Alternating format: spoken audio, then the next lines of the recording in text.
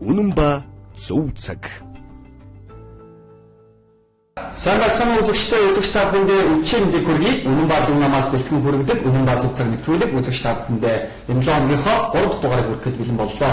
За бидний өдрийн нэвтрүүлгийн наттай хамт хөтлөхөөр үнэн ба зөв намын өвөр ангийн намын орон дарга Батбол хүрэлцэн ирсэн өчигдөр хүргэе батлаа. Өчигдөр үзэгчдээс үзсэн дөрөв. Өнөөдөр наттай нэвтрүүлэг хөтлөхөөр үнэн ба зөв намын ерөнхий нарийн бичгийн дарга Батгшиг хүрэлцэн ирсэн байна. За баярлалаа. За үнэн ба зөв намаас бэлтгэн хүргэдэг үнэн ба зөв цаг нэвтрүүлэг бол үзэгч та бүхэндээ 7 хоног бүрийн ажлын хав өдөрт бол 830 минутаас 930 минутын хооронд шууд хүрдэг ийм уламжлалтай. Гэхдээ өнөөдрийн өдөр юм бол бас нэг тогны тодорхой хэмжээний саадлаас бол 15 минутын хугацаатай бол хоошиж орж явж байгаад бол иргэдээс бас хөцөлөж хийж бодож байна. Сахин хэвлэл бидэнтэй бас хөдөө орнуудаас иргэдийн холбогдоод за хаана нэвтрүүлэг яагаад цагтаа эхлэхгүй байна гэдэг юм ярьсан. Тэгээд бүх иргэдээс бас хөцөл бичиж хэлмээр байна. За бид нэвтрүүлгийнхаа эхэнд иргэдийнхаа бидэнтэй оролцож байгаа иргэдийн санс тэгдлийг хүргэдэг ийм боломжтой. За Баян ангийн Баян цагаан сумаас Эрдэнэжин мэрэгч бидэнтэй холбогдсон. За улсын асуудал хэлэлцэж байгаа улсын хурлын гишүүдээ хуралдаа суугаач гэдэг энийг бол хэлсэн. Ялангуяа авлан гишүүдээ та хуралдаа суугаач хурал үзэгдэхгүй байна гэдэг энэ бол Эрдэнэжин мэрэгч ярьсан. Тийм учраас ер нь улсын хуралд нэг дэвшил гарна гэдэг бол маш том албан тушаал. Мөн маш том хариуцлага гэдгийг бол улсын хурлын гишүүд маань ойлгохгүй байна. За энэний талаар бас жиштэй ярих гэж бодож байгаа. За мөн дээрээс нь бидэнтэй Хордаангийн Мянгат сумаас за Нанзад сүрэн гэдэг хүн бидэнтэй холбогдсон. За бидэнд бол мессеж хэлгээсэн. За юу гэж мессеж хэлгээсэн бэ гэхээр за орой бүр нэвтрүүлгийг чинь үздэгэ дэмжиж байна гэдгийг бол илэрхийлсэн. За мөн дээрээс нь Хөвсгөл аймаг Эрдэнэ болгон сумаас за мөнхөд нах бидэнтэй холбогдсон. За дүүн аяа хэргийг бол сайн ажиллаж сонсож дүнэлт хийж байна. Тэгээ бид одоо ингээд хамтдаа нэгдэхүү яах вэ гэдгийг бол шийднэ гэсэн тийм. Энэ мэдчлийн ард түмэн бол өөрсдөө дүн тавиад дүнэлт хийдэг бидний төлөвийг үзээд хамтдаа их орноо өөрчлөх гэсэн олон хүмүүс байгаа гэдгийг бас хэлье. За Хөвсгөл аймаг Улаан улс бас Баярхүү Даваадорж гэдэг хоёр хүн бол холбогдсон. За та бүгдийн үйл хэргийг бол дэмжиж байна. Сум орон нутагтаа ажиллахад бэлэн шүү гэдэг ийм одоо тэг санаач иргэд бол дэвшүүлж байгаа. Тийм учраас өнөөдөр үнэн ба зөв нам дээр маш олон залуучууд маш олон ард түмэн нэгдэж байгаа юм гэдэг нь бол ойлгомжтой харагдаж байгаа. Тэгээд сум орондоо аваад явъя хамтдаа хөгжиж хамтдаа өөрчлөе гэсэн олон хүмүүс байгаа учраас тэр хүмүүсийнхаа бүх санс тэгдлийг бол бид нэвтрүүлгээ дамжуулан бол хүргэхэд бэлэн байдаг. За би та бүхэндээ бас нэг хүний утсын дугаарыг бол зарлж өгье гэж бодож байна. За Завхан аймгийн Төлөвтэй сумаас бидний нэвтрүүлгийг үнэн ба зөв цаг нэвтрүүлгийг үзэж байгаа бол Төлөвтэй сумын иргэд за ер нь Завхан аймгийн иргэд бол Түмэн баяртай холбогдороо гэж хэлмээр байна. За Түмэн баярын утсын дугаар бол 98 55 78 60 гэдэг дугаар байгаа. 98 55 78 60 гэдэг дугаар байгаа. Энэ бол манай Завхан аймгийн Төлөвтэй сумын бол аймгийн иргэдээ уриалаад сумын иргэдээ уриалаад 2020 оны сонгуульд хамтдаа нийлгээд энэ бүх ажлыг зохион байгуулад хувь санаачлахаар өөрөөр санаачлах нэвтрүүлэг үүсэж байгаа юм ерөөсөө тийм ээ бидэнтэй холбогдоод түмээр үж юм байна. Би бол та нар залуучуудтай санаа нэг байна. Улс орноо сайхан болгоё. Хожийнхын төлөө тийм ээ Монгол улсаа улс шиг улс болгоё гэдэг. Яг Түмэн баярын санаачлал бол юм. Тэгээд Түмэн баярын утсын дугаарыг дахиад хэлээд өгье. 98 55 78 60 гэдэг утсын дугаараа Түмэн баяртай холбогдоод одоо тэнд одоо улсын орноо өөрчлөгдөж байгаа хүн бүхэн Түмэн баяртай холбогдож байгаа цугамч нийлээд асуудлаа яриад ингээд бидэнтэй холбогдож болно шүү гэдгийг бас цааш нь уламжлах гэж бодлоо. За өнөөдрийн бидний ярих гэж байгаа нэвтрүүлгийн сэдвийн урдаар бид бас олон зүйлийг ярих гэж бодсон. Жишээлбэл өнөөдөр хамгийн их хөндлөгдөж байгаа асуудал бидний Эрдэнэжин мэрэгч бол бидэнтэй холбогдоод улсын асуудал хэлэлцэж байгаа улсын хурлын гишүүдээ хуралдаа суугаач. Мөн дээрээс нь энэ нөхдүүд бусдын өмнөөс коноп гардаг энэ одоо тий үйлийг бол зогсоох ёстой гэсэн ийм юм бол ярьж байгаа. За энэ дээр бол 100 байна. За хоёр гишүүн бол бусдын конопыг дарж байгаа. Эхлээд бусдын конопыг дардаг. Дараад нь өөрийнхөө конопыг дардаг. Тэгээ улсын хурлд юу хэлцдэг вэ гэдгийг бол энэ нөхдүүд мэдэхгүй байгаа юм шиг ингэж аашилж байгаа. Жишээлбэл улсын хурлын гишүүн болно гэдэг бол маш том хуулийн хэлэлцүүлэг тийм маш том экономик хөгжлийн асуудал яригдчихэдэг. Гэтэл энийг өчүүхэн зүйлээр бодож ирээгүй гишүүдийнхээ эрсцийг бүрдүүлдэг энэ тогтолцоо бол Монгол оронд бол байна. Ялангуяа улсын хурлд бол байна. Тийм учраас энэ тогтолцоо бүгдээ хамтдаа өөрчлөе гэж. За үнэн ба зөв нам бол өөрчлөх гац гаргал нь байна. За бид яг энэ нэг үед тийм ээ улсын хурлынхаа сонгуул амжилттай оролцоод улсын хурлын гишүүн болсон манай намын гишүүн байвал тухайн улсын хурлынхаа хэлцэх хугацааныхаа 80% хүртэл эрсдэлтэй тийм ээ улсын хурлынхаа эрсэн 80%-аас доош байх юм бол тухайн хүнийг улсын хурлаас боцоос татах хэмжээний хэмжээг авах. Мөн дээрээс дараагийн сонгуульд ингээд дэвшүүлэхгүй байна. Ингээд нам дотор хариуцлага. Тэгээд мөн дээрээс ингээд яг хамт олон дотор хариуцлага тавина гэдэг бол маш том хөгжлийг авсан байна гэж бид залуучуудын бол харж байгаа. За жишээлбэл ингээд бусдын конфликт дараа маш том эх орны одоо их ашиглалын ашиглал. Одоо жишээлбэл оюутлын гэрээж гэдэг юм уу маш томоохон гэрээ концесс дээр эдгээр яг үгээр бусдынхаа конфликт дардаг. Бусдын конфликт дардаг. Тийм учраас тэр бусдын конфликт дарж байгаа нөхдүүдтэй өмнө ба зөв нь бол хариуцлага тооцдог энэ механизмыг бүрдүүлээ гэж. Энэ бол бидний өөрөө хөтөлбөрт байгаа нэг асуудал байхгүй. Тий. За улсын хурлын чуулгандаа суухгүй байгаа шалтгаанууд нь бас тодорхой бус байгаа юм л да. Гişүүд маань. Тийм ээ. Зарим жишээлбэл за энэ нөхдүүдтэй дөнгө худлын учраас би суухгүй байна. Зөвхөн байдаг юм тийм. Одоо жишээ жавхлан гişүүд гэж хэлсэн шиг би ганцаардаг байна. Ганцаардаг байна. Гэтэл ганцаарч байгаа нөхдөд тэнд ороод болохгүй байгаа зүйлээр сууг кноп дараад суужлах хэрэгтэй. Ганцаар дараа сууж хийлээ. Өсвөр бодлоо яриад ард түмэнд бол ийм асуудал байна гэж яриад суужлах хэрэгтэй. Гэтэл тэнд дээр ярихгүй. Мөн дээрээс нь улсын хурлын гишүүн гэдэг хүн бол зөвхөн юу яадгүй маа хууль санаачлах гэхээс илүүтэйгээр энэ хүмүүс бол ажил хийдэг тийм ард түмэндээ мэддэггүй ард түмний амьдралыг дээшлүүлж ийм ажил хийдэг хүмүүс хоноо чухал асуудлуудыг шийддэг юм. Яг улсын ирээдүйн асуудал. Гэтэл тэр одоо санаачилж байгаа хуулийн иргэдээр хүрчээ зарим тохиолдолд алдаатай байх юм бол юу болдгийг дарамтлал болж өрч байгаа байхгүй. Энэ тогтолцоо бол үнэн ба зөв номын хувьд бол байхгүй гэдгийг бол хэлье. Тийм. За мэдээлэл сэрэлцгийн юмээс өнөөдөр гарсан бас мэдээллүүдийг хүргэе. За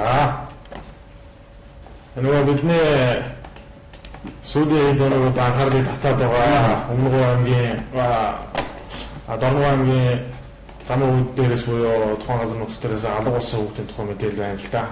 Алга болсон сэржмүүдийн охиныг ерөн хайж ажиллагаа үргэлжлэж байна. Цагдаагийн ерөнхий газрын тэргүүндэд болохоор дараагаар асуусан ажлын хэсэг холбогдох байгууллагатай хамтран Дорнов аймгийн замын үүд сумаас алга болсон 8 настай сэржмүүдийн охиныг ерөн хайх ажиллагаа үргэлжлүүлж байна. Иргэд та бүхэн охинтой холбоотой мэдээлэлээ 9666 0300-аар 8808 13 14 7638 8182 дугаараар цаар холбогдож өгөх боломжтой. Сэржмүүдийн охин олдох үед бид албан ёсны мэдээллийг хүргэх болно. Зарим нэг иргэдийн охин олдлоо гэсэн худал мэдээлэл түгээхгүй байхыг цагдаагийн байгууллагаас сэрэмжлүүлж байна гэж. Зарим нэг иргэд одоо манайхс нэг сошиал ертөнц фэйсбүүкээр бас нэгнийг хандлан анхаарлыг авахын тулд тодорхой хэмжээний худал басны уран мэдээлэл заримдаа хүчдэг. Тэр нь олонний анхаарлын төвд байгаа мэдээлэл хүн бол хандаад үзчихдэг болохоор тиймэрхүү үйлдэл гарахгүй байхыг хүсье. Худлаа мэдээлэл гарахгүй байх тийм ээ. Энэ дээр нэг яг үнэ зөв мэдээлэл хэрэгтэй. Энд ч бас ижи аавн зовж байгаа санаас дэвшээд ямар байгаа вэ? Гэх мэтчлэн байгаа учраас энэ дээр бол ингээд яг ийм хүнд асуудал дээр бол иргэд бол тий зөв мэдээллийн агуу бол явал их зүгээр шүү гэдгийг хэлье.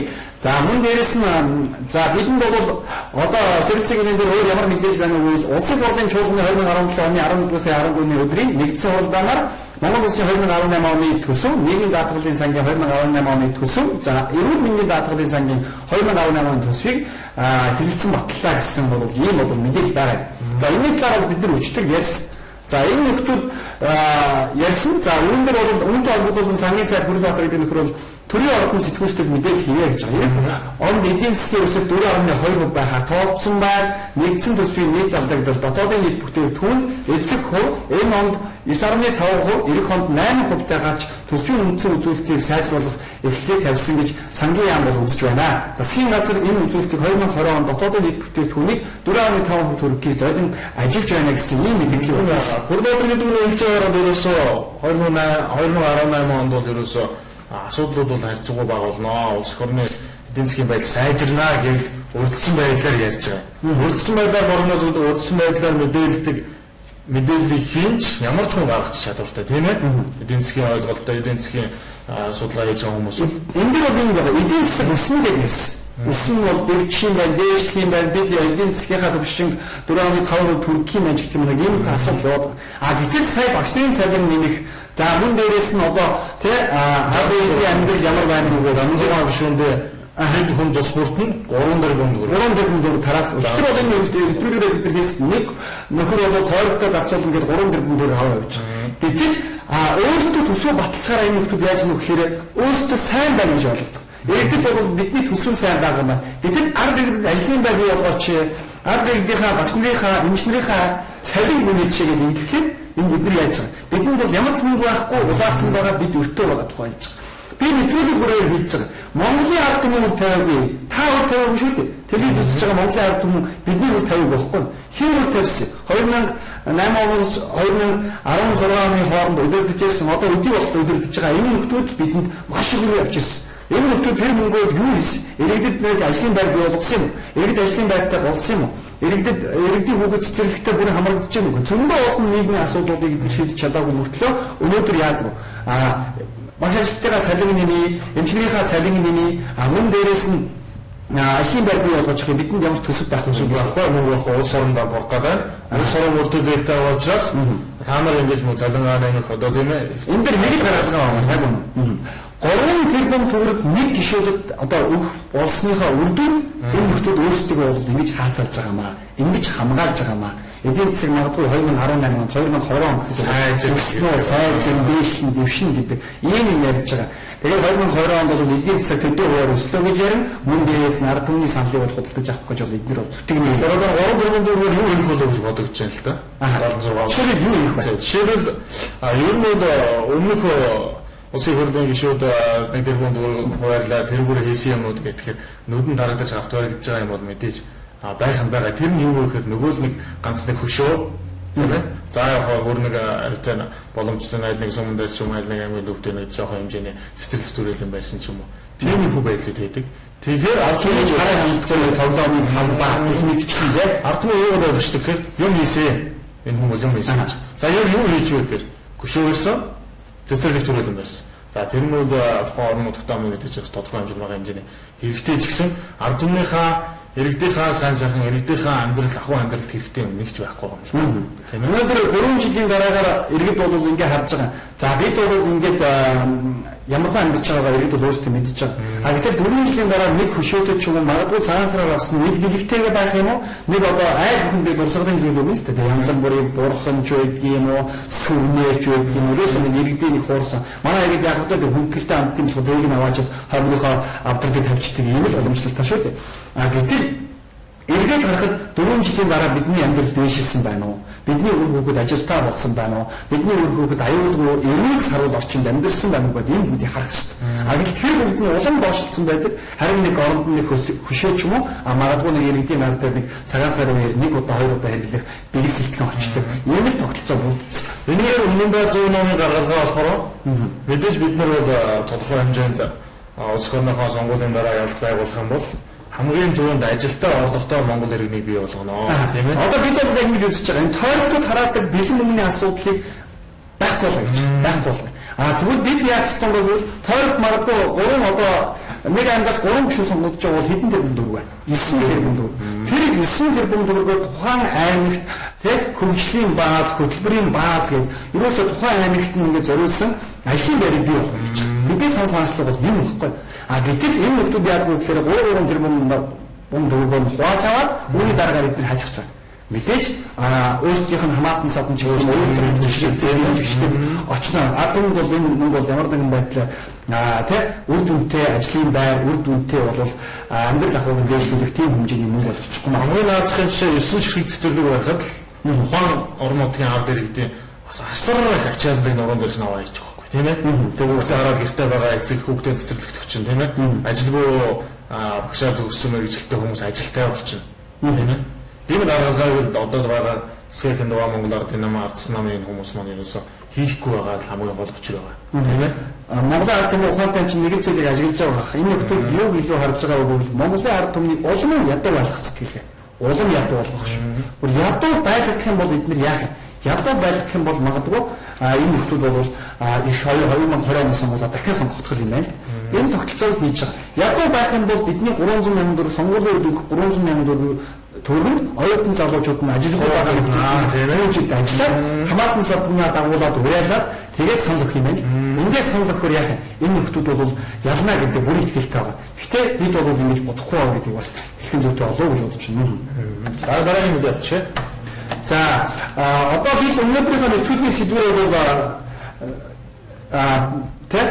ямар нэвтрүүлгийн сэдв бол юу байна вэ гэхээр за гэр бүлийн орчин За зам тээврийн ослын талаар ярих гэж бодож байгаа. Яагаад гэмт хэрэг үйлдэгдээд байгаа юм бэ? Монгол орн бол гэмт хэрэгээрээ бол маш өндөрт явж байгаа. Тэгэхээр гэмт хэрэг гэдэг чинь яагаад өртөгдөд байгаа? Гэмт хэргийн орчин дээр манай Үнэн Баазын номын байр суурь юу юм бэ гэдэг. Тэгэхээр мөн дээрээс нь энэ юу зам тээврийн ослын асуудал дээр манай Үнэн Баазын ном баримтлаж байгаа бодлого юу гэдэг тал дээр бас ярилцъя гэж бодож байна. За одоо улсын хэмжээнд бол 2015 оны байдлаар бол 277,787 гэмт хэрэг үйлдэгч байсан бол 16 онд 27167 бол 590-ээр буурсан гэж байгаа. За хэдий гэмт хэргийн доо буурсан боловч согтуугаар гэмт хэрэг үйлдэх нь өссөн гэж. Нөгөө даригталт. Тийм ээ. Улсын хэмжээнд 15 он согтуугаар үйлдэгсэн гэмт хэрэг нь 5907 байсан бол 2016 онд 6520 бол 6.6% өссөн байгаа юм л та. Сүүлийн залуус ерөөс ариг согтуурлахтай хэрэглэж амнасаа алт гэмт хэрэг үйлдэх тийм ээ. Гэмт хэргийн золиос болох тохиолдол асар их болж байгаа. За тэгэхээр 2016 онд бол нэг 27,000 гаруй гэмт хэрэг бүртгэгдсэн байна гэж. 27,000 гаруй гэмт хэрэг.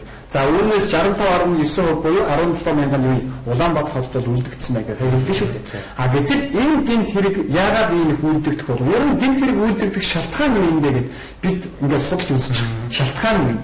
А гэтэл гэмт хэрэг үлдэгдэх шалтгаан бол нэгдүгээр асуудал. Нэгдүгээр асуудал юу гэхээр ерөөсөө өрхийн орлого бага байгаагийн шалтгаан, мөн дээрээс нь ядуу байгаа учраас гэмт хэрэг үлдэгдэв нэ гэж. Гэмт хэрэг ядуу байгаа учраас. Өнөөдөр ядуу арга түмэн ядуу амьдралтай байгаа учраас энэ гэмт хэрэг бол буухгүй маань гэсэн нэг прогноз судалгаа гарч байгаа. Энэ тал дээр яг мэддэг байх ядуу баг. Ядуу байгаагийн гол шалтгаан юу? Нөгөө л 27 жил төр ирсэн сайхан ах нар тийм ээ. Сайхан яриад 4 жил тутам сайхан яриа гараад ирдэг.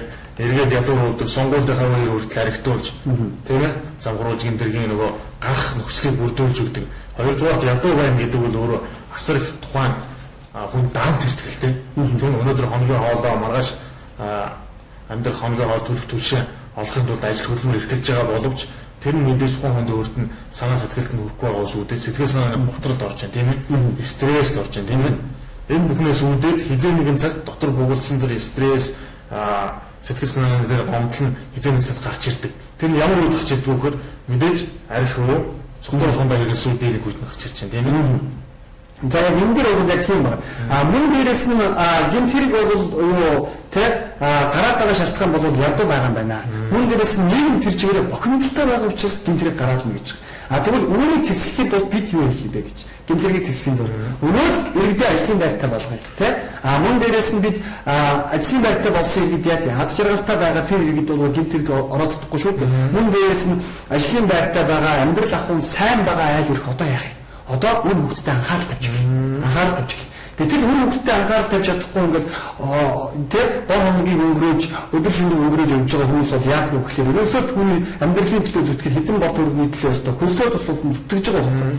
Тэр зүтгэхээр явж байхад нөгөө талд нь яах юм? Үр хөвгтөд нь орхигдчих. Үр хөвгтөдтэйгээ ярилцах, үр хөвгтөдтэйгээ ойр дотн байх энэ нөхцөл боломж бол байхгүй байгаамаа. Ингээд ийм уужаа ирээдүй болж үр хөвгт нь эцэгхээ хаяалтаас хүртэж чадахгүй тийм ээ хараа хяналтаас гараад тэгэл хаагур юу сурж байгаа гэхээр ил мэдээллийн хэрэгсэл онлайн ертөнц фэйсбүүкээр одоо юу явж байгаа гэхээр нөгөө л алан ядаатай нөгөө муу мухаа мэдээлэлүүд даваа явдаг тийм ээ энэ мэдээллүүд нь хүүхдийн өсөж байгаа ухамсарт нөлөөлөд бас тодорхой хэмжээнд гэмт хэрэгт орооцолдох гэмт хэрэгт ямар нэгэн байдлаар орохт нөлөөлж байгаа юм л та өнөөдөр нэг юу сэтгэл судлаач хэлсэн байгаа. За гэмт хэрэг гарч байгаа хүүхдийн талаар яаж байгаа гэмт хэрэг толгомж байгаа хүүхдүүдийн дийлэнх нь өсөх буюу бага нас шилжилтийн насн дээрээ тухайн үед одоо гэр бүлийн одоо хүчирхийлэлд өртөжсэн нэгдүгээр. Хоёрдугаар үзэж харж байгаа өссөн орчин буюу хэвлэл мэдээллийн хэрэгслээр үзэж харж байгаа энэ кино ши одоо муу мухай мэдээлэл энэ бүх юм ингээд хүний толгоонд автоматар ерөөсөө суугаад идэм байл л да. Тэгэл эзэн цаг тэрийг хийж үзэх хийсэн ч юм уу зөв өөрөө мэдлгүй байхад л ерөөсөө цаанаас нэг үлдээд идэг нэ. Тэгэл тэр дамжсараа бол тодорхой хэмжээнд тодорхой хувинд гэмт хэрэг болоод ч юм гараад ирдэг. Эсвэл мэдээж эргээд нөгөө амьдрал дээр гараад ажил хийх болоход нь ямар ч нөгөө өөртөө итгэлгүй нийгэмдээ итгэлгүй тийм ээ. Тийм болоо өчүүлчихдэг. За гэр бүлийн одоо ерөнхийдөө бол гэмт хэрэгтэй холбоотой бас нэг асуудал байгаа. Юу гэхээр яг одоогийн нийгэмд бол бие биенийг хоорон нэлэлдэг, худлаа ярьдаг, бие биенээс хулгай хийдэг тийм ер нь тогтолцоо бүрдсэн. За энэ нэг хоорон гэмт хэрэг байна. Мөн дээрээс нь төр засгийн өргөмж гэсэн юм гэмт хэрэг байна. Өөгшүүд одоо мөрөслийн төвшнөр бол одоо хүмүүс хэлдэг шүү дээ. Төрөө хөндлөх, төрөө дэглэх гэж ярьдаг тийм ээ. Төр засгийн эрхэнд гарсан энэ төрийн түвшиндээс бидний үлгэр дуурайл авах тийм ээ. Ухамсарын хувьд энэс бас үлгэр дуурайл авах хэрэгтэй байхгүй. Гэтэл төр засгийн гарцсан нөгөө нөхдүүд маань уулгаа хийж байна, удлаа ярьж байна тийм ээ. За дээр нь одоо сүүлдээ мөр хүчингийн ярих хийлээ. Энэ бол үлгэр жишээ биш юм аа. Улс орны одоо гэр бүл гэж үзэх юм бол сэрхэн дугаа нөхдүүд ч мэдээж улс орны эцгийн үүргийг гүйцэтгэж байгаа шүү дээ. Ард иргэд бол өөр хөлтөн тийм ээ. За дамаа ард иргэд бол өөр хөлтөл юусэн эцгийн үлгэрдүүрэл эцгийн хийж байгаа дагаж дуурадаг. Тийм ээ. Тийм учраас биений хуурм ихэлдэг юм тогтолцоо би байхгүй болно гэж. Тэгэхээр иргэд асуух баг. Яаж байхгүй болох ч юм бэ гэж. Үнэн баазын маань баримталж байгаа зарчим бол иргэд ажилтаа, албатаа, орлоготой, мөнгөтэй, төгрөгтэй стрессгүй болох ёстой. Ингийн бол нөгөө нэг гэмтэргийн орчин, нөгөө нэг хүүхдүүдийн гэмтэрэг толбогдоод байгаа асуудал байхгүй болно. Нөгөө нэг орчин нөхцөлөд байгаа хүүхэд залуучууд нь хүсэл мөрөөдөлтөй болж улам ихийг сорж мэдхийг хүсдэг энэ тогтолцоороо шилжих юм байна. Гэтэл бид өнөөдөр ядуу байгаа, зүдүү байгаа халамжийн бодлогоор тэтгүүлээд байгаа өөрөө яг гэмтэргийн шинж чанартай бүх зүйлийг өгдүүлж байна гэж үнэн баазын хувьд харж байгаа. За жишээлбэл би олон удаа Монгол Ардын намын мөрөө хөтөлбөрийн тухай ярьж байгаа. Монгол Ардын намын мөрөө хөтөлбөрийг бол 1065 судлаа хөтлөн 2016 оны сонгуулиар дэмжсэн учраас бид мөрөө хөтөлбөрийг хийх хэрэгтэй байна гэж. За тэгвэл цалинтай ээж хөтөлбөрийн эх жилийн 1 сарын 1-ээс хэрэгжин гэж байна л да. За энэ цалинтай ээж хөтөлбөр яг уу гэхээр энэ сая 16 оны улсын хурлын нэгдсэн хуралдаанаа 2018 оны төсвийг батлаа. Төсвийн тухай хууль ирэх 1-р сарын 1-ээс бүрэн хэрэгжиж эхлэх юм байна. За засгийн газрын зүгээс 2 хүртэлх настай хүүхэдтэй болон олон хүүхэдтэй өрхийг дэмжих зорилготой ихэд тэтгэмж хөнгөлөлт олгох тухай хуулийн төслийн үзэл баримтлалыг хуралдаанаар хэлэлцэн дэмжин батлаа гэж. За тодорхойлбол гэртээ бага насны хүүхдээ асарч цалин орлогогүй суух 0-оос 3 насны хүртэлх насны хүүхэдтэй ээжүүдэд сар бүр 50,000 төгрөгийн 2018 оны төгрөгийн урамшууллыг 2018 оны за 1 сарын 1-ээс олгохоор шийдвэрлэх төсөв тусгажээ гэж. Ингээд дахиад нөгөө нэг халамж, дахиад нөгөө нэг тийм ээ уучих. За ингээд тодорхойлбол гэртээ бага насны хүүхдээ асарч цалин орлогогүй гэж байгаа тийм. Орлогогүй суух 0-оос 3 насны. Гэтэл өнөөдөр 3 настай хүүхд цэцэрлэгт явж байгаа байхгүй тийм. 2 настай хүүхд цэцэрлэгт явж байгаа шүү дээ. Гэтэл тэр хүүхдүүд цэцэрлэгт явахгүйгээр ээж нь хараа байж байгаа юм. Нөгөө цэцэрлэгээ барихгүй ээжиж яаж вэ? Дахиад халамжийн бодлогоор шилжиж байгаа. Халамжийн бодлогоор шилжиж байхаар хүн ер нь юм дасах гэж байдаг. Юм дасах гэж. За 2018 оны 1 сарын 1-ээс магадгүй 2020 оны 1 сарын 1 хүртэл ч гэдэг юм уу ингээд л 50,000 төгрөг сар болгон аваад гэх юм. Тэгээд авч яваад ингээ ахуй амьдралаа тэрнгөө болох гэдэг дээрээс нь хүүхдийн мөнгөө бас авна шүү дээ. Хүүхдийн мөнгө аваад ингээ болгоо явж идэл 2020 онд ч гэх юм тэнд өхөө болж ил сонгууль үеэр тий. Өхөө болж байгаа юм шүү дээ. Тэгээ өхөө болцсонгууд нь одоо яах вэ? Ард иргэд нэг юм хүсч эхлэх юм байл. Надаа яагаад ингээ надаа яагаад сар тутамд тий 50,000 төгрөг олгоод байсан гинт олгохоо байж энэ хизээ бух яах вэ? Гэтэл 2020 оны сонгуулийн мөрөө хөтөлбөртэй яах юм? Би энэ 50,000 төгрөгийг 100,000 төгрөг болгож өгнө гэдэг ийм юу юм? Халамжийн бодлого дахиад авдаг байхгүй. Гэтэл тэр хүн бол өнөө маргаашаа харгацаад 50,000 төгрөг мөнгө хөрөхгүй л хүний амьдрал 1 сарын хугацаанд 50,000 төгрөгийг 5 хоногт хүрэх үү асуудал шүү дээ. Тийм учраас тийм амьдралд байгаа хүмүүс чи яг үгүй тэнд орсон дасан зохицсон учраас дахиад төр дүнээс нөгөө 50,000 төгрөг магадгүй өгүүлэх юм. Тэгээ өгүүлэхээр яг 2003 оноос онгуудад за одоо 100,000 болгоно магадгүй 500,000 болно гэж бодлоо ярих л байна та. Гэвч хүмүүсийн саналыг бодлож авах энэ бол энэ нөхдүүдний хийж байгаа нэг тактик юм аа. Энэ тактик юм болж байна. Түмэн нийтэнд оруулж байгаа. Ардны дасгаж байгаа. Тэгээд буцаагаад нөгөөхөө нэхээр түүн дээр нь тоглодог. Тэгээд эндээс нэг л зүйл яхаад байна. Монгол ардын нам бол маш их бүтээн байгуулалтыг бол санаачилсан. Маш их бүтээн байгуулалтыг мөрөө хөтөлбөртөд тусгасан. Тэгэхээр хийсэн байна. Гэтэл энэ нөхдүүд яасан бэ гэхээр яг өнөөдөр бол халамжийн бодлогоор л явж байна. Халамжийн бодлого нөгөө л нэг өгчдөг системээр л яах юм. Ард түмний бол хуурчин л да. Түүний оронд 4 жилийн хугацаанд магадгүй 40 жилийн хугацаанд халамжийн системээр явах юм уу? Тэгээд 4 жилийн дараа 8 жилийн дараа иргэдийн өөрсдийнх нь амьдрал сайхан болцсон, өөр хүүхдүүд нь хүссэн сургуультай явдаг болцсон, сурдаг болцсон, байр оронтой болцсон, өөр хүүхдүүд нь ээж авах гэхгүйгээр өөрсдөө байр орныхаа асуудлыг шийддэг болцсон, залуу гэр бүлүүд нь ингээ байр оронтой болцсон. Гэх мэтчлэн олон асуудал байна. Энэ асуудлууд нь цогцоороо шийдэх юм уу? Аль эсвэл энэ халамжийн бодлогоор үргэлжлээд явах юм гэдэгт магадгүй манай иргэд 2020 оны сонгуультай мөрдөх юм аа гэдэг. Тийм ээ. Ер нь бол ингээд 3 жил гэртээ хүүхдээ аваад сууна гэдэг бол бас залуухан мэдээж хүүхдээ төрүүлэх насны хүмүүс бол мэдээж тодорхой хэмжээнд залуу хүмүүс байгаа. Залуу хүмүүсийн үед бас тодорхой хэмжээнд энэ чинь бол ерөөсөө эмгэл болж байгаа байхгүй.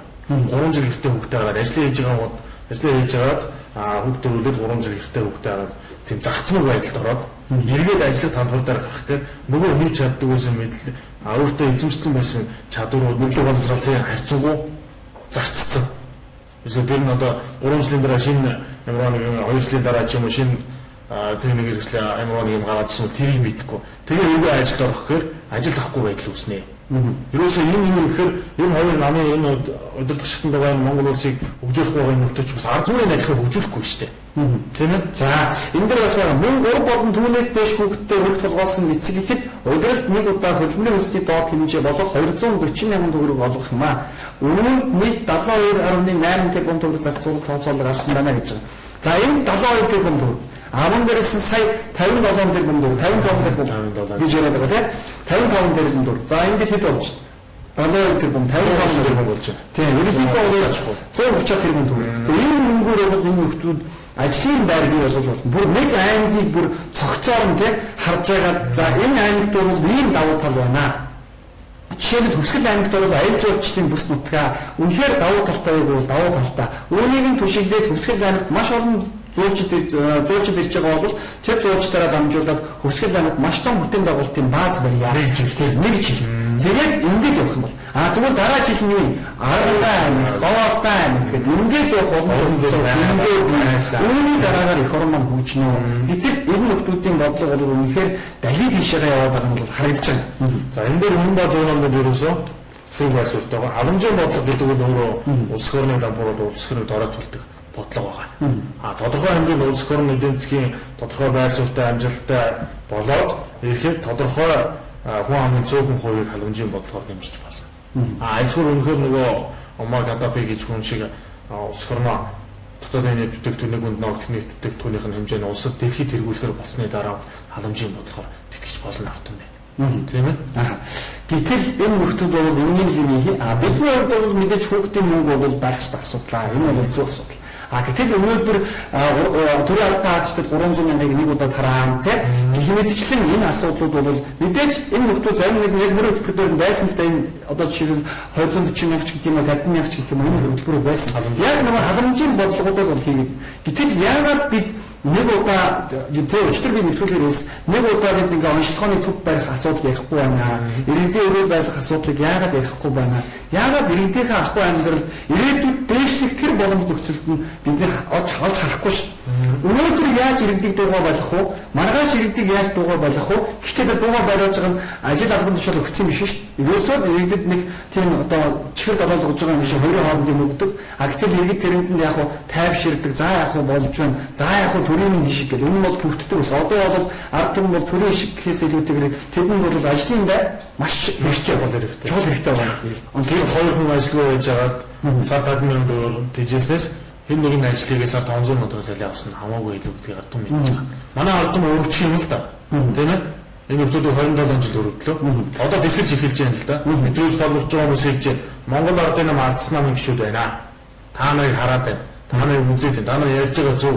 Хэлж байгаа чи үнэн. Ажиглаад байна. За, хоёулаа буцаад нэвтрүүлэхээс бюро за гэмтэргээс урдчилсан сэргийлэх гэмтэргээс за хэрхэн урдчилсан сэргийлэх вэ гэдэг тал дээр бас тогтож ярих гэж бодож байна.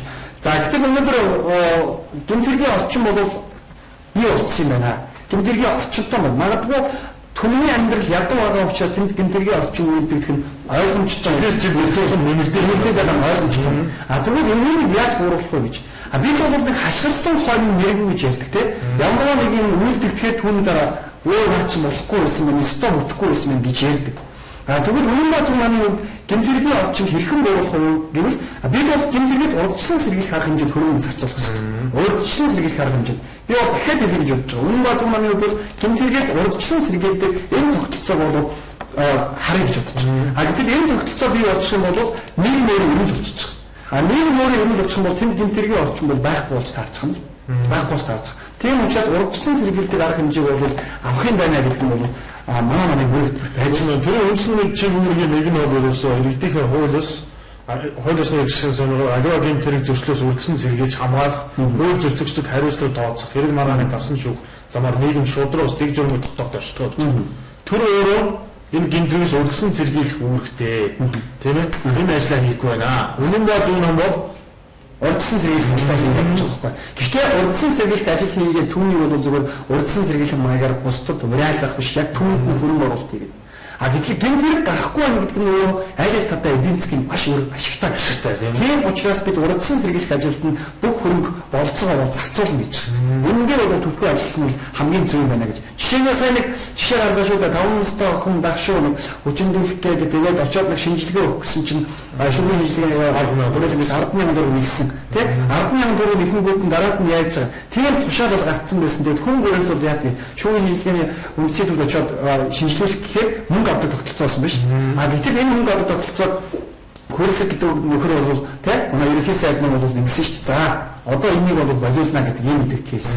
Тэгэхээр яаж нэгсэн хойно хашгираа гэдэг яг л ийм юм болж байгаа байхгүй. Бид бол хийхгүй. Бид бол яг энэ ард иргэдийн амьдрал донд байгаа та бүхнийхээ дунгуй байдаг учраас бүх асуудлыг бид яах юм.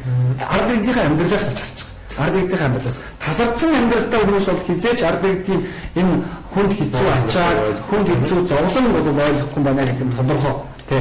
Үнэн базар ном төр үйлчлдэг, иргэн үйлчлдэг төрийг бий болгоё. Тийм ээ. Уур дүн байгаагүй зөв тогтолцоо бий болгох. Зөв тогтолцоо тийм.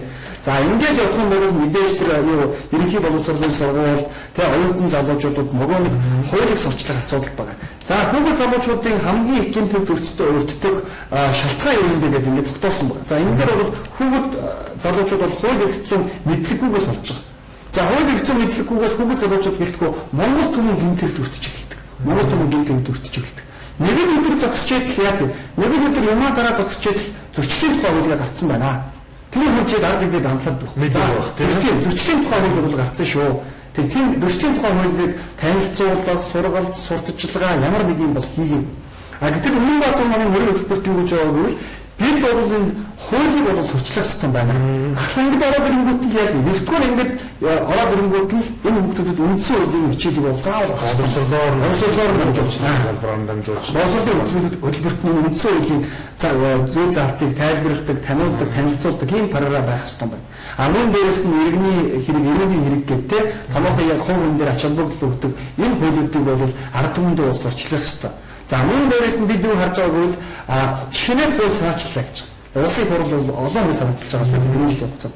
Тэгвэл тэр бүх хуулийг ард иргэдэд таниулах, сурталчлах ажлыг заавал зохион байгуулж байгаа шүү дээ. Ард иргэд тэр хуулийг таних мэдээд тэр ойлгогдсон байгаа тохиолдолд тэр хууль хэрэгжиж болж байгаа байна. Гэтэл ойлгоогүй хараагүй ижил за нэг өстой хайхтар хууль гарсан юм шүү. Тэр хууль нь ямар хуулийн зөрчлийн тухай хууль. За ёстой хуучны хордог байсан одоо 50,000 боллоо шүү. Хуучин ингэдэг байсан тэгдэг байсан гэдэг нь өндөр торгуулийн тухай юм яриад. Яагаад ийм хууль батлаад байгаа? Энэ нөхдүүд бол улсын төсвийг ингэж бүрдүүлэх зам байна гэж харж байгаа.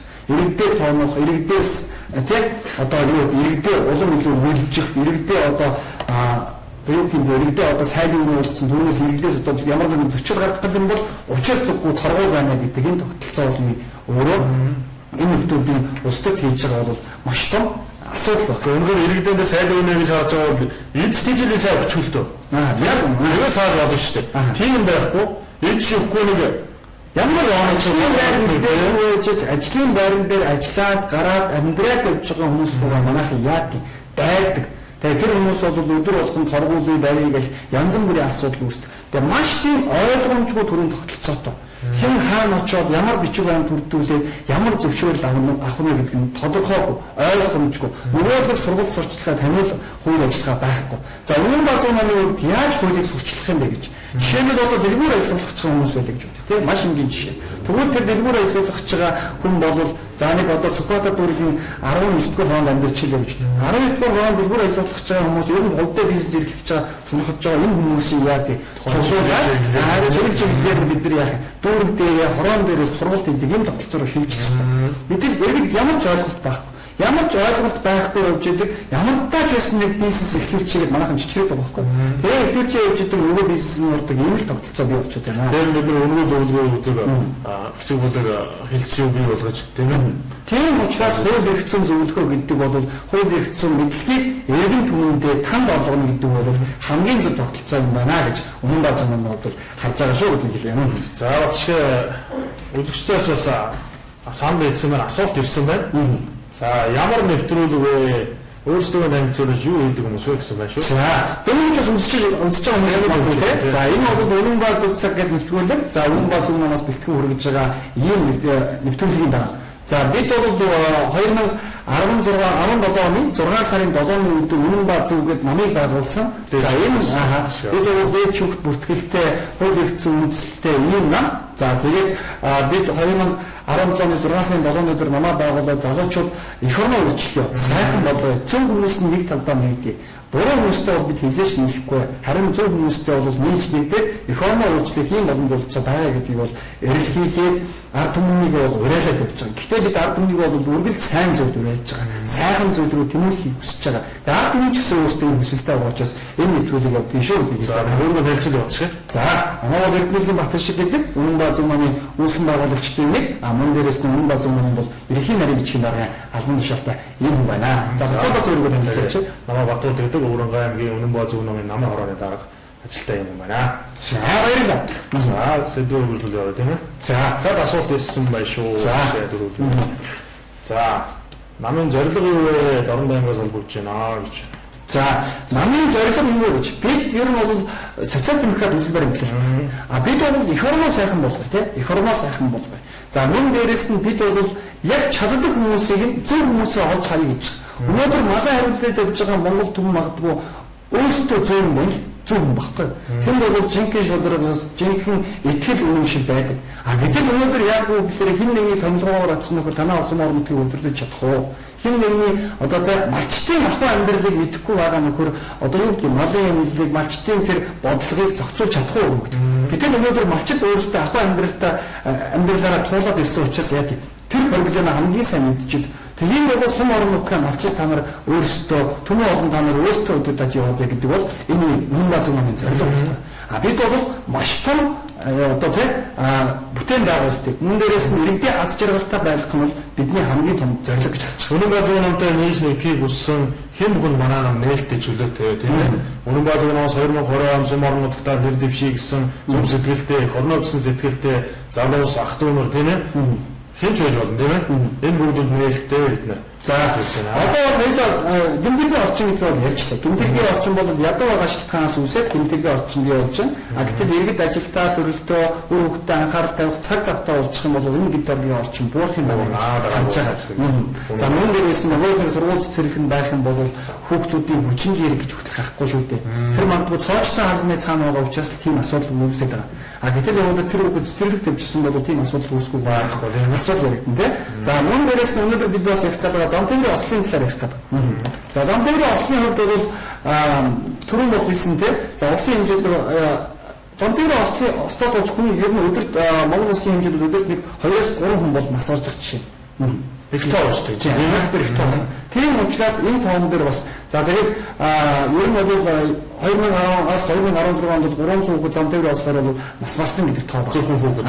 Гэтэл энэ тоон дээр бол бид бол ямар зам дээр амьд те давхаад байгаа юм бэ? Ямар замаар бид нэр зорчоод байгаа юм бэ гэхээр зорчоод байгаа юм гэдэг асуудал ус яригдана гэж байна. За би бол энэ дээр нэг зураг үзүүлэх гэж бодож байна. За энэ бол Улаанбаатар хот Сүхбаатар бүрэгт одоо 16 дугаар сургууль руу ертөнцийн зүгээр бол баруун талаас нь ордог юм одоо баруун талын төв замаас ордог гэсэн. За ийм бол газар байна. За энэ дээр бол ямар ч явгын зам бол байхгүй. За найрамдагч бас камера бол дэлгэсэн дэх ухаа гэж хөвдө харж байна.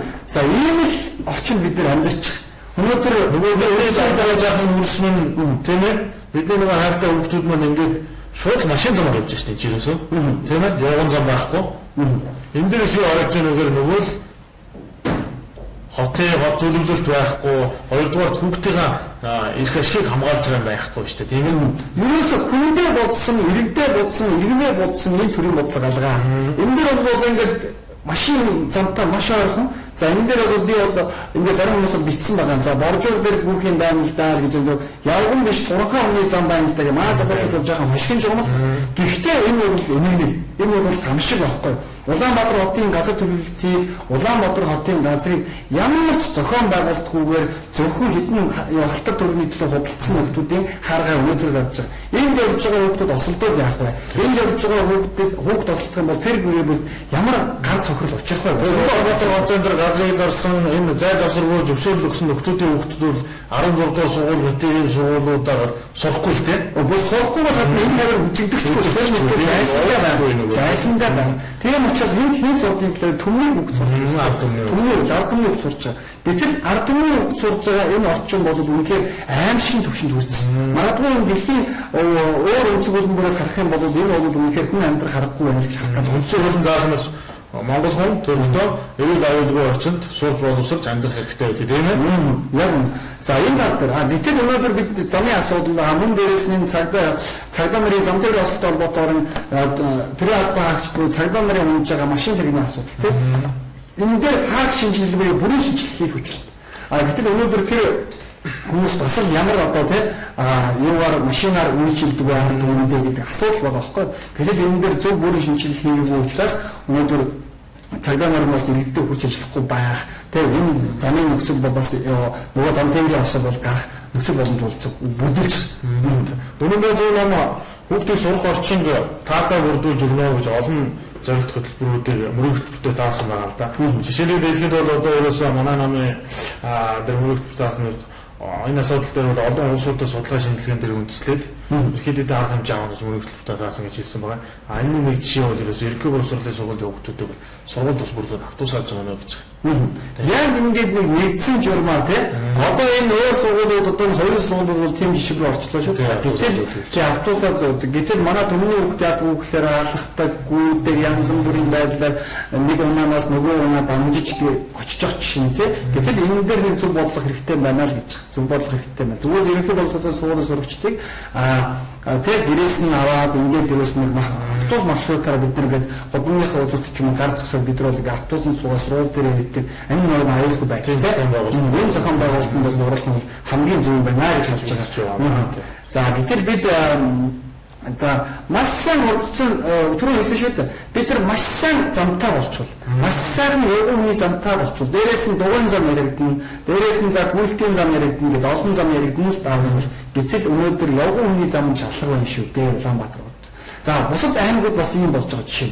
Тийм учраас ийм болохгүй бол байх ёстой. Бид нэр түнээрээ нэгдэж нийлээд бид бол эх орноо өөрчлөх ёстой байна гэж хараад байна.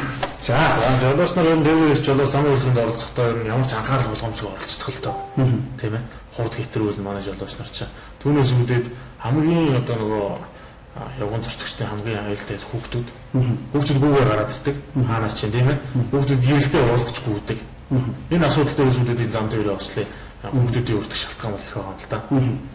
За тэгээд түрүү хэлсэн шүү дээ судалгаа 2010-2016 оны орнд бол 300 хүүхэд зам тээврийн ослоноос гарсан байна гэдэг. Энэ бол жинхэнэ судалгаа өсөж байгаа. Тэгээд өсөж байгаа тоо учраас энэ тоо бол байна шигтэй тоо. Тийм учраас замаа шинжилгээ, замаа засъя.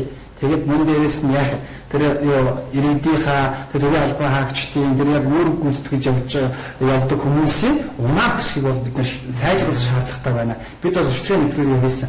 Төрөний тэмдэг гэдэг бол ерөнхийдөө бол төмөр амбар болцсон байна.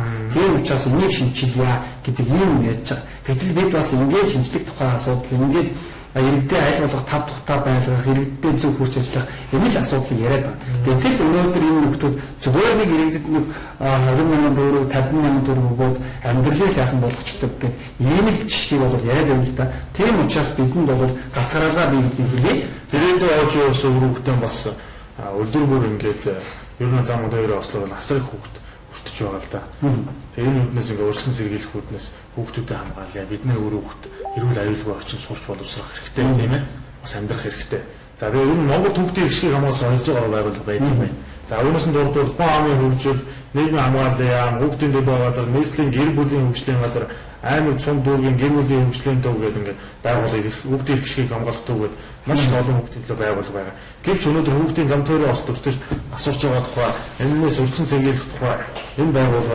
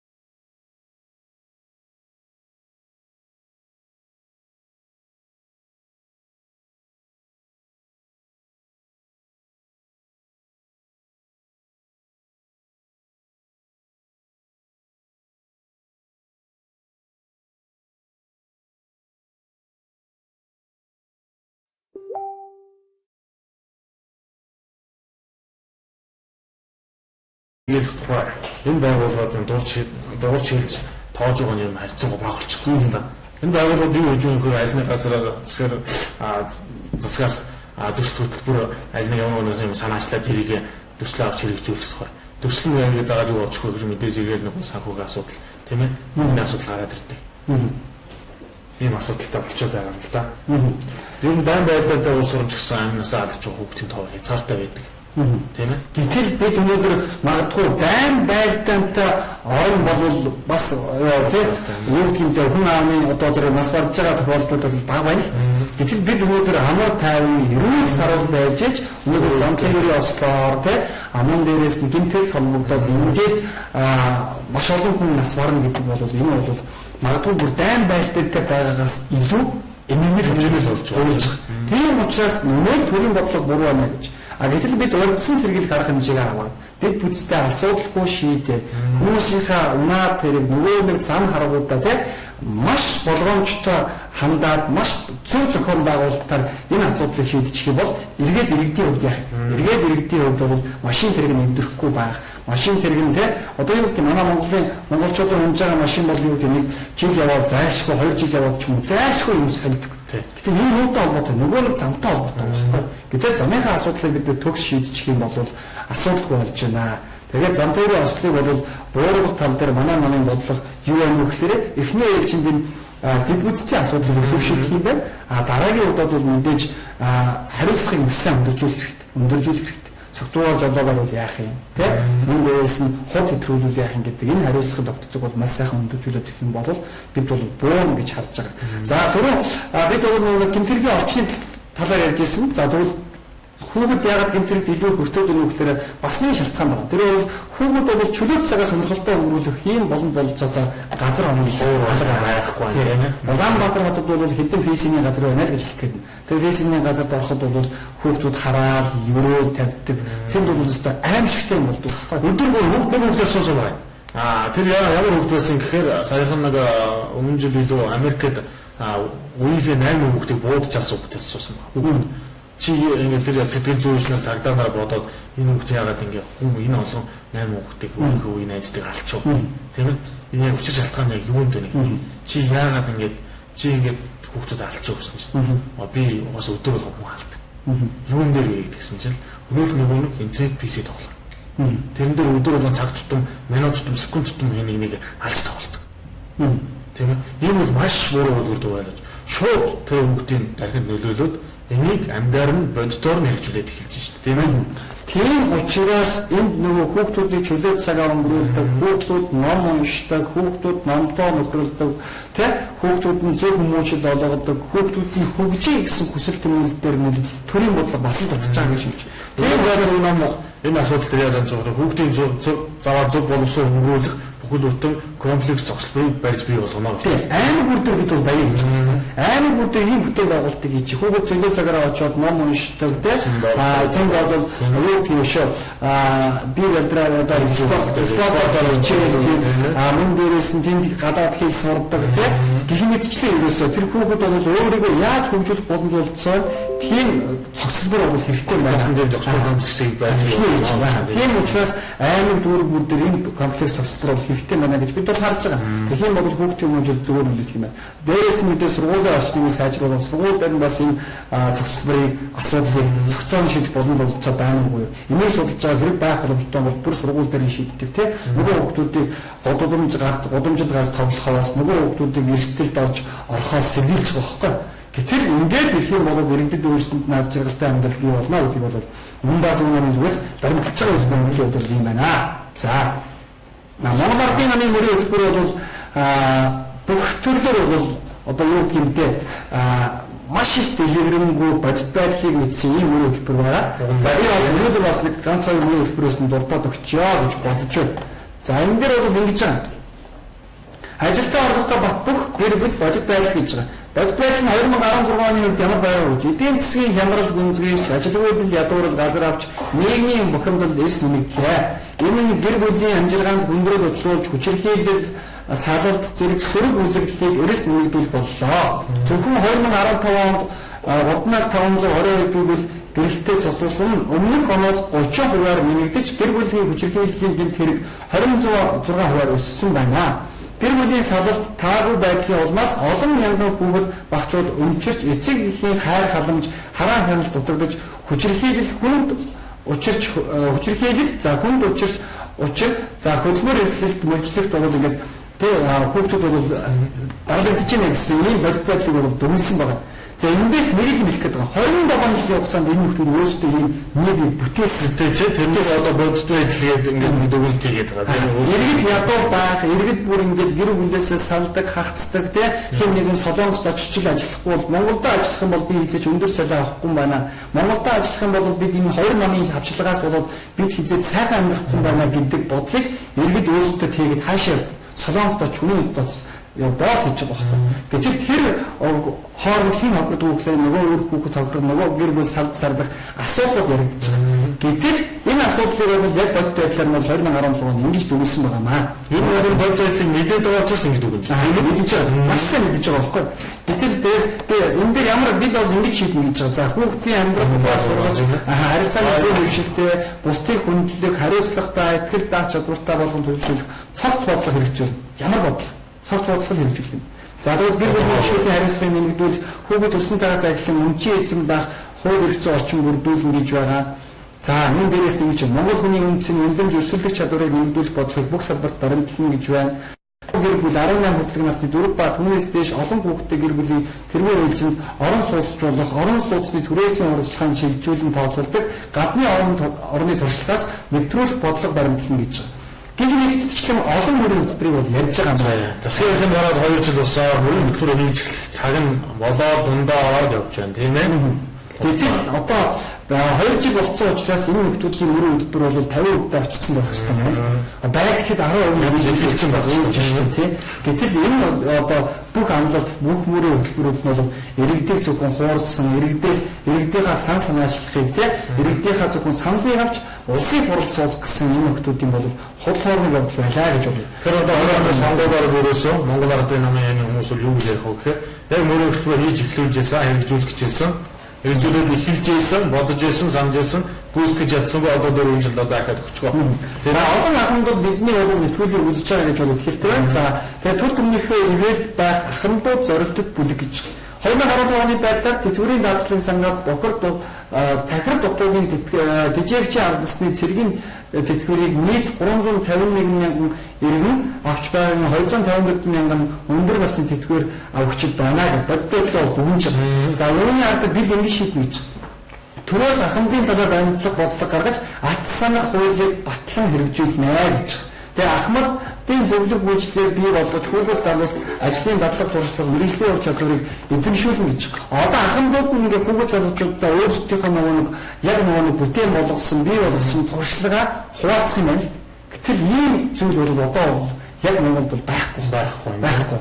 Гэтэл өөрөнд дэдсэн өөрсдийнхөө үг сургаалаа, өөрсдийнхөө үлгэр дуураалаар бид нар өгж байгаа. Төрийн бол ийм бодлого байхгүй.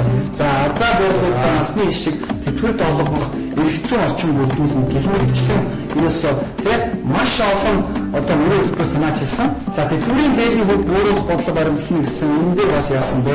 Гэх мэтчлэн зөндөө олон юм байгаа шүү. Өөрөөс дотоод ийм сайхан хүмүүс асуудал өнөхөр чихэн дээр цэцэг урмаар тийм ээ. Өнөхөр бидний мөрөөдөл болсон энэ мөрөн хөтөлбөрүүдийг боловсруулдаг.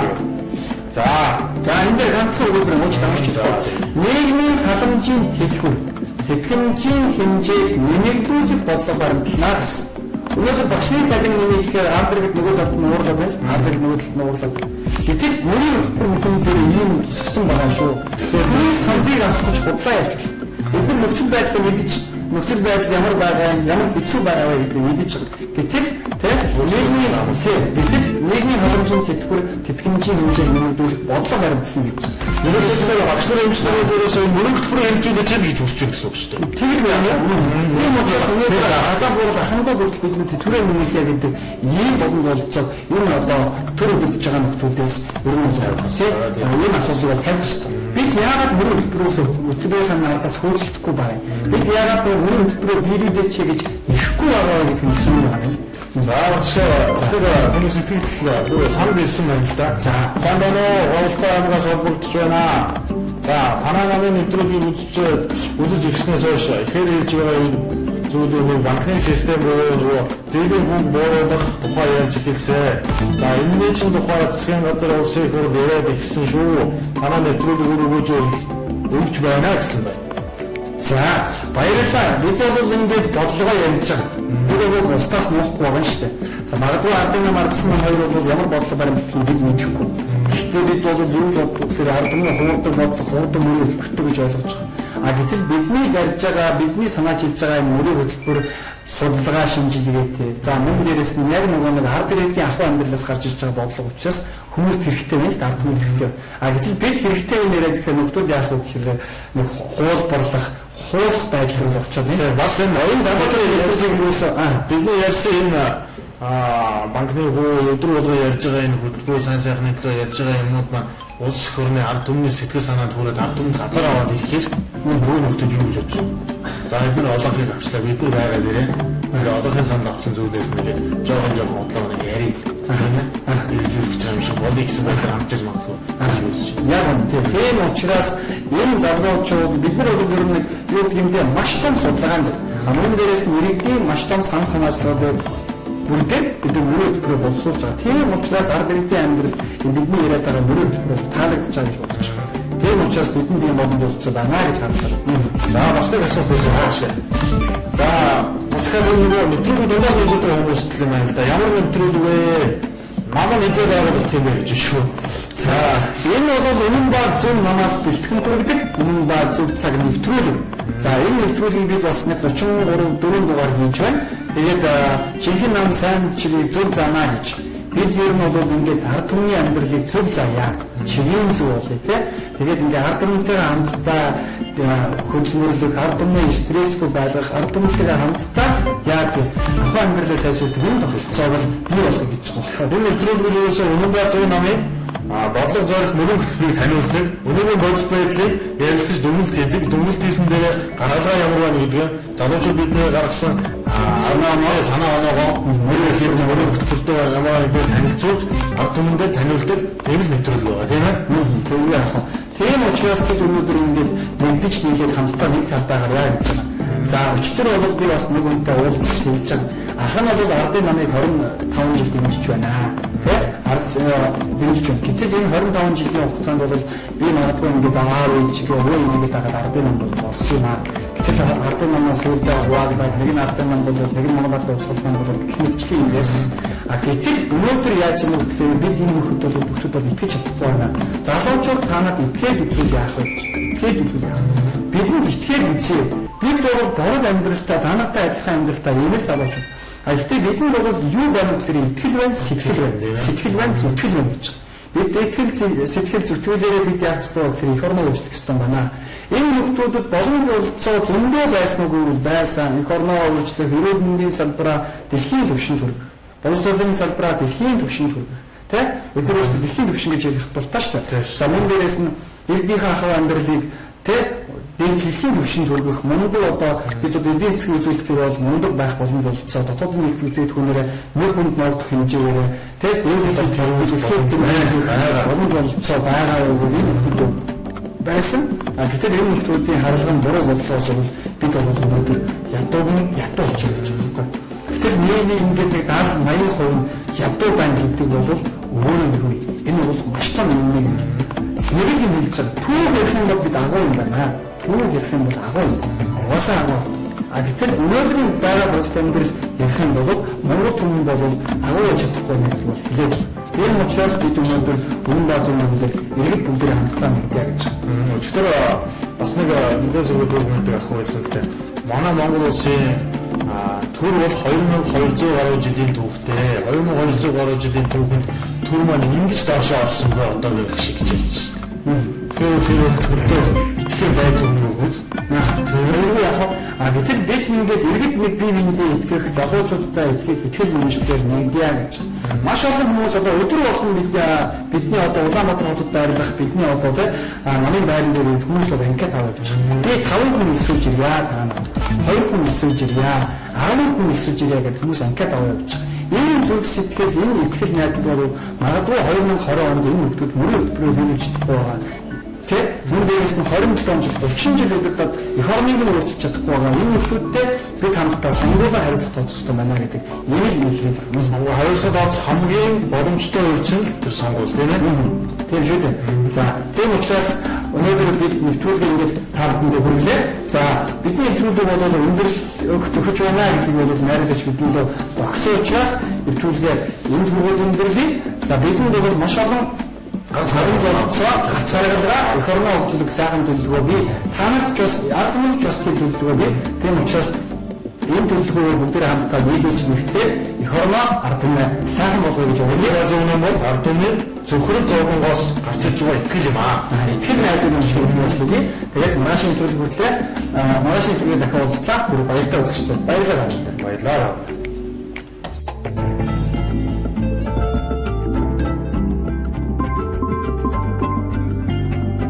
Үнэн ба зөв цаг.